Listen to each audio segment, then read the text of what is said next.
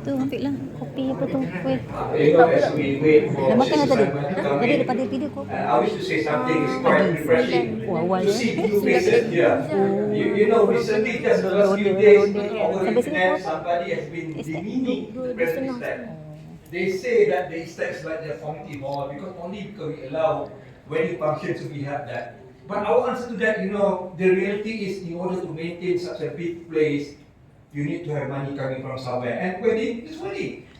But to say that because you hold wedding function at our dining hall, and because of that our academic standard supposed to have gone down. No. You should come here. There's so many functions here. There's so many functions everybody can follow. If you can follow in person, you can follow in YouTube, you know.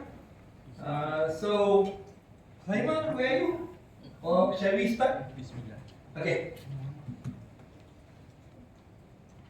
أعوذ بالله من الشيطان الرجيم بسم الله الرحمن الرحيم اللهم صل على سيدنا محمد الفاتح لما أغلق والخاتم لما سبق ناصر الحق بالحق والهادي إلى صراطك المستقيم وعلى آله حق قدره ومقداره العظيم.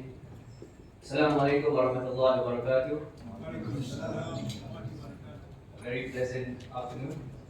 Afternoon to everyone present here today. Alhamdulillah, we have a very big number, and this is very refreshing for me, myself, and I'm sure for everyone present here today as well. First and foremost, I'd like to say thank you for being here, for making the trip from wherever you may be. I know some people also they have actually arrived from overseas, so welcome. My name is Arif, and I will be your moderator for today for the second session of Book and Ideas. So today we will be discussing a book by our brother Razi Sabi, also known as Mira Silu. And he is a prolific writer, and he has extensive experience in journalism as well, having been a journalist for the New Straits Times. And he attained his bachelor's at the University College London, UCL. He attained a bachelor's in mathematics. So he is no stranger to numbers and no stranger definitely to words. So the book that we are discussing today is a very interesting one. It was published 2024. So it's a very new book in May, and it's published by Crescent News Kuala Lumpur Sendirian Berhad. And the title of this book is Adam alayhi salam and the Origin of Man, reconciling the conflict between religious and scientific narratives. They say that you shouldn't judge a book by its cover. But this book and its cover, for me, is very interesting. And if you have the opportunity, I think there are also some copies later on, inshallah. So, my duty today is to introduce our speakers and introduce the people here, inshallah, and also our brother Shazani, who is in Sarawak. But I'd like to begin with the recitation of the Quran, which is pertinent to this particular book.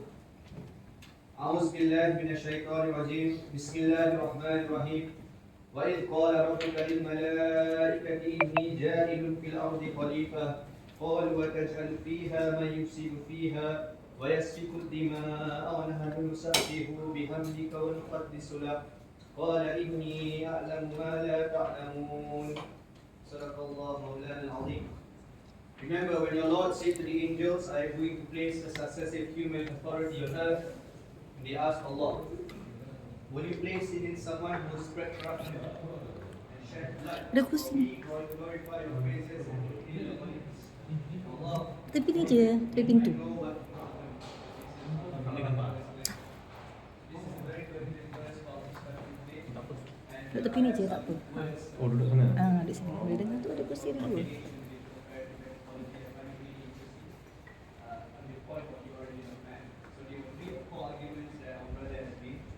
First being the time of appearance of Adam alayhi salam, according to the religious narrative, is based on a non-linear biblical time, while the time of appearance of the first Homo sapien is based on a linear geological time. So this is a fundamental difference: non-linear time and linear time. Second, he appealed to the prophetic hadith, which he interprets as supporting the idea of non-linear biblical time.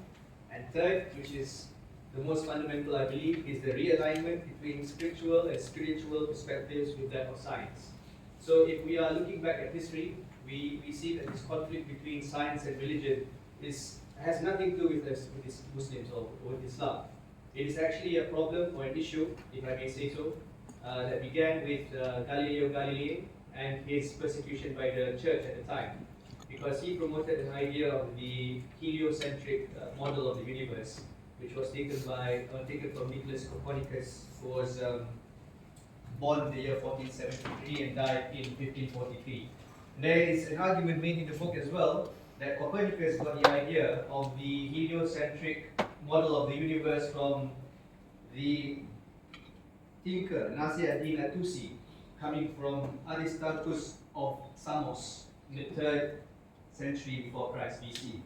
So we see that this problem or this issue between science and religion, again, it's not so much from Islamic perspective, because we've always had, a believer needs to know that science is a means to an end and not an end in itself. And this persecution of Galileo Galilei shows that there was conflict between the church and reason at the time, because the church was trying to promote an idea where it was geocentric rather than heliocentric. And you can read more about this in the book, inshallah. And without further ado, I'd like to invite our brother to say a few words about the book. Mr. Razi Sabri, Bismillah.